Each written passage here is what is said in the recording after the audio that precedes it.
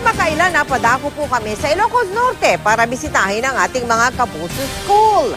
May naisip na ba kayong summer getaway? Abay kung hindi pa ho, hayaan po ninyong ipasilip namin sa inyo. Hindi po yung ating mga Kapuso School doon ang aking tinutukoy, kundi ang mga tourist attraction na malapit sa ating mga Kapuso School. Tara, samahan niyo po kami. Ilocos Norte, tahanan ng mga kabigha-bighaning tanawin. Hashtag Picture Perfect ang bawat lokasyon.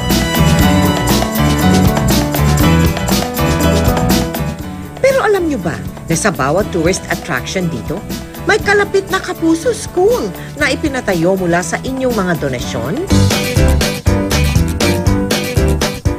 Ito makapigil hiningang Kapurpurawan Rock Formation. Makintab at mapuputi ang mga naglalakihang bato. Ilang kilometro lang ang layo nito sa Bayog Elementary School sa bayan din ng Burgos. Noong 2010, dahil sa dalawang silid-aralan na ating ipinatayo, nagkaroon ng grade 5 at grade 6 ang paaralan. Nung naipatayo na po ang Kapuso Foundation Classroom, mas naging masaya kaming mga magkakaklase.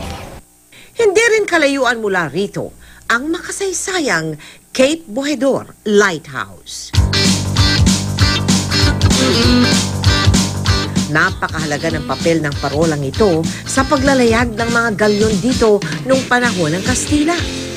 At halos 4 na kilometro lang mula dito ang Caruan Elementary School. Sikat din sa buong bansa ang mga windmill ng Bangi.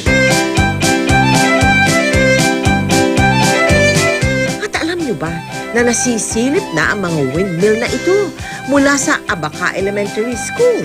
At sa aming pagbisita sa ating Kapuso Schools, naabutan naming abalang-abala ang lahat sa paghahanda.